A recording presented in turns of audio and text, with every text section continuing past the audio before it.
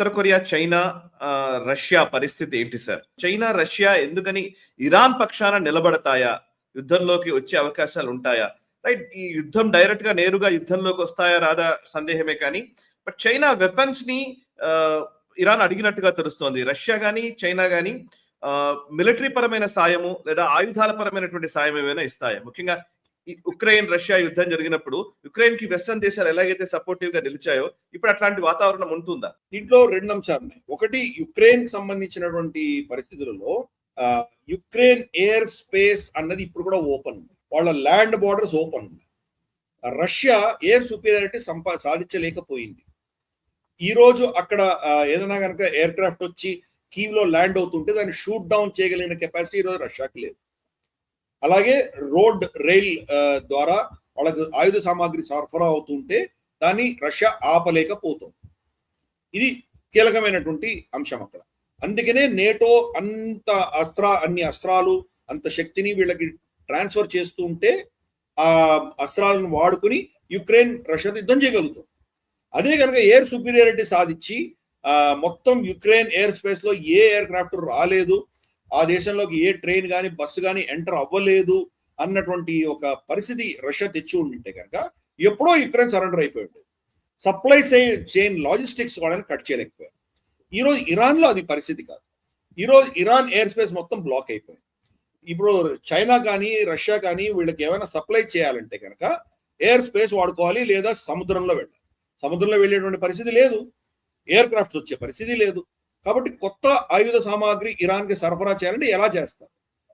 సరిహద్దులే వాళ్ళకి అజర్బైజాన్ మీద గుండా రావాలి. అజర్బైజాన్ ఇజ్రాయెల్ సపోర్ట్ చేస్తున్నటువంటి దేశం. అజర్బైజాన్ కూడా షియా దేశం, ఇరాన్ కూడా షియా దేశం. కానీ మనం దీన్ని గ్లోబల్ రౌండప్ చాలాసార్లు చర్చించుకున్నాం. ఒక క్రిస్టియన్ అర్మేనియా, ఇరాన్, ఒక హిందూ భారతదేశం కూటమి ఉంది. కానీ ఒక షియా అజర్బైజాన్, యహూదీ, జూయిష్ మనకు ఇజ్రాయెల్, క్రిస్టియన్ అమెరికా, వీళ్ళు ముగ్గురు కూటమిలో ఉన్నారు. కాబట్టి అజర్బైజాన్ వాడుకొని ఇరాన్ కి సప్లై చేయడానికి అజర్బైజాన్ ఒప్పుకోదు. సో కానీ రష్యా వీళ్ళకి సప్లై చేసేటువంటి పరిస్థితి లేదు. చైనా సప్లై చేయాలంటే ఎక్కడి నుంచి చేస్తుంది అది? కాబట్టి ఈ పరిస్థితులు ఉన్నాయి.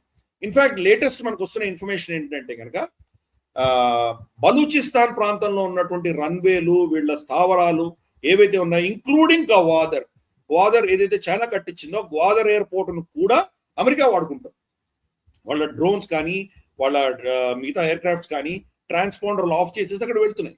అక్కడ వెళ్ళి అక్కడి నుంచి రీఫ్యూలింగ్ చేసుకోవడమో, అక్కడ ఆగి మళ్ళీ అక్కడి నుంచి టేక్ ఆఫ్ అయ్యి ఇరాన్ మీద వాళ్ళు యాక్షన్స్ చేస్తున్నారు. అంటే పాకిస్తాన్ మీద గుండా చైనా కనుక ఇరాన్ సప్లై చేద్దాం అనుకుంటే అది కూడా కాదు. అమెరికా ఆల్రెడీ అక్కడ వచ్చి కూర్చుంది. కాబట్టి ఏ విధంగా వాళ్ళు సప్లై చేయగలరు? ఇది ఒక పెద్ద సమస్య. గతంలో జూన్ 2025లో జరిగిన యుద్ధానికి ఇప్పటికీ మధ్యలో కొంత ఆయుధ సామాగ్రి వాళ్ళు సమకూర్చుకున్నారు, వాళ్ళు ఇరాన్, అది ఉన్నాయి, దాంతో వాళ్ళు యుద్ధం చేయగలరు. కానీ మళ్ళీ ఫ్రెష్ సప్లైస్ రావాలంటే చాలా కష్టం. చూద్దాం మరి చైనాను రష్యా ఏదో విధంగా సప్లై చేయగలరా లేదో చూద్దాం. కానీ వీళ్ళు ఏమి ఇస్తున్నారంటే ఇంటెలిజెన్స్ ఇస్తున్నారు.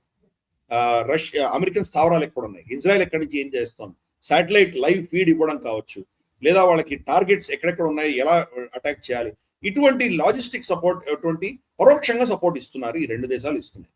ఫర్ ఇన్స్టెన్స్ ఎలాన్ మస్క్ సంబంధించినటువంటి స్టార్లింక్ వాళ్ళ కిట్స్ అన్ని కూడాను ఇరాన్ లో చాలా స్మగిల్ చేశారు. వాటి ఆధారంగానే సిఐఏ, మొసాడ్ వీళ్ళందరూ కూడాను యాక్షన్ చేయగలిగారు గతంలో. ఈ గ్రౌండ్ లెవెల్లో జరిగిన అజిటేషన్స్ అన్ని కూడా చైనీస్ టెక్నాలజీ తోటి వీటిని జామ్ చేయగలిగారు.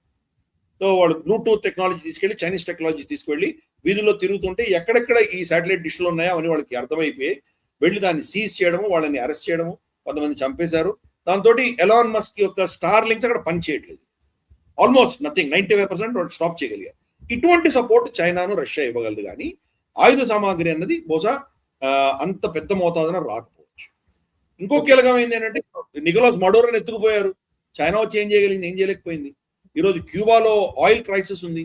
వాళ్ళకు మొత్తం ఎంబార్గో పెట్టేసరికి వాళ్ళకు ఆఖరికి వాళ్ళ జనరేటర్ రన్ చేసుకోవడానికి డీజిల్ లేదు వాళ్ళ దగ్గర, కార్లకు డీజిల్ లేదు. కానీ రష్యా ఏం చేయలేకపోతుంది, సహాయం చేయలేకపోతుంది. కాబట్టి రష్యా కానీ చైనా కానీ అమెరికా ఎక్కడైనా వెళ్ళి డైరెక్ట్ గా బరిలో దిగి వాళ్ళు యుద్ధాలు చేస్తుంటే అమెరికాకు వ్యతిరేకంగా వాళ్ళ సైన్యాన్ని పంపించి అమెరికాతో యుద్ధం చేసేటువంటి పరిస్థితి రష్యాకు లేదు, చైనాకు లేదు. కాబట్టి అమెరికా ఇప్పటికి కూడా ఇంకా ప్రపంచానికి గుండా.